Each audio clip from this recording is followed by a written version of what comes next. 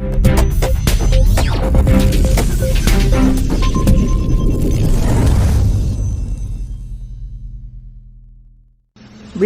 लूट करणाऱ्या कृषी केंद्र चालकांना चोप देऊ, देवानंद पवार यांचा इशारा. राज्यातील सुलतानी सरकारच्या कारभाराने तसेच निसर्गाच्या अकृपेमुळे संकटात आलेल्या शेतकऱ्यांची खरीप हंगामाच्या तोंडावर कृषी केंद्र चालक लूट करीत आहे.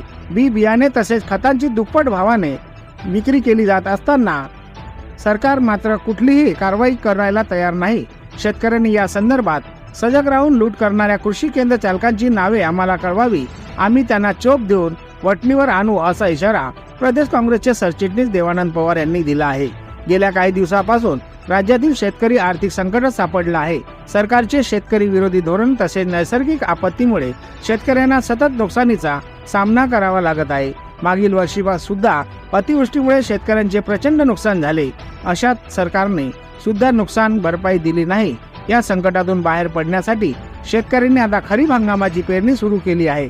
मात्र सरकारच्या आशीर्वादाने कृषी केंद्र चालकांनी साखळी करून शेतकऱ्यांची लूट चालविली असल्याच्या तक्रारी आमच्याकडे आल्या आहे. अनेक कृषी केंद्र चालक तर मालक नसल्याचे सांगत चौपट दराने बी बियाणे तसेच खत विकत आहे.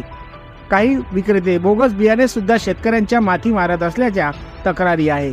अत्यंत हलाखीचे जीवन जगणाऱ्या शेतकऱ्यांना लुटण्याचे पाप अधिकारी तसेच कृषी केंद्र चालक कुठे जाऊन फेडतील. संकटात सापडलेल्या शेतकऱ्यांना मातीत घालण्याचा प्रकार आम्ही खपवून घेणार नाही. शेतकऱ्यांनी अशा कृषी केंद्र चालकांची नावे आम्हाला कळवावी, आम्ही त्यांना शेतीच्या बांधावर नेऊन बदलू, असा इशारा देवानंद पवार यांनी दिला आहे. कारवाई करा, अन्यथा आंदोलन. शेतकऱ्यांची खुलेआम लूट होत असताना सरकारी यंत्रणा गप्प बसून आहे.